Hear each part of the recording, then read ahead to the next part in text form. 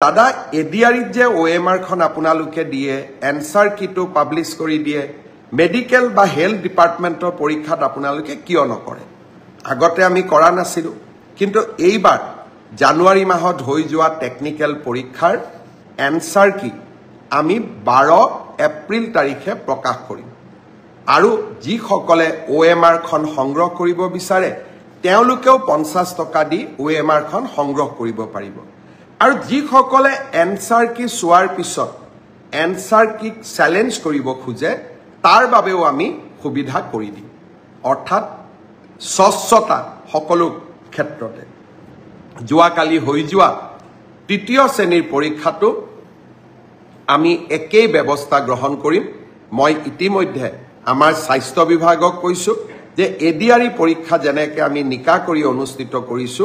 আমি স্বাস্থ্য বিভাগৰ পৰীক্ষাও নিকাকৈ অনুষ্ঠিত কৰিম শিক্ষা বিভাগৰ পৰীক্ষাও নিকাকৈ অনুষ্ঠিত কৰিম প্ৰতিটো ক্ষেত্ৰতে আমি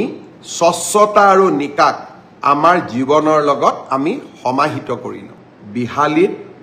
এই আঁচনিটোৰ আমি শুভ উদ্বোধন কৰিম বিহালীত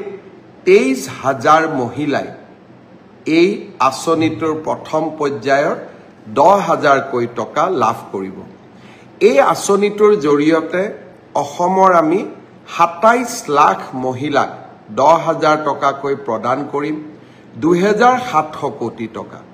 আৰু নগৰ অঞ্চলতো 3 লাখ মহিলাক এই আঁচনি আমি প্ৰদান কৰিম তাতো আমাৰ প্ৰায় 300 কোটি টকা অৰ্থাৎ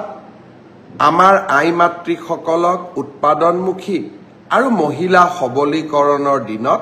কালি আকৌ এটা বিশাল পদক্ষেপ অৰুণোদয়ৰ পিছত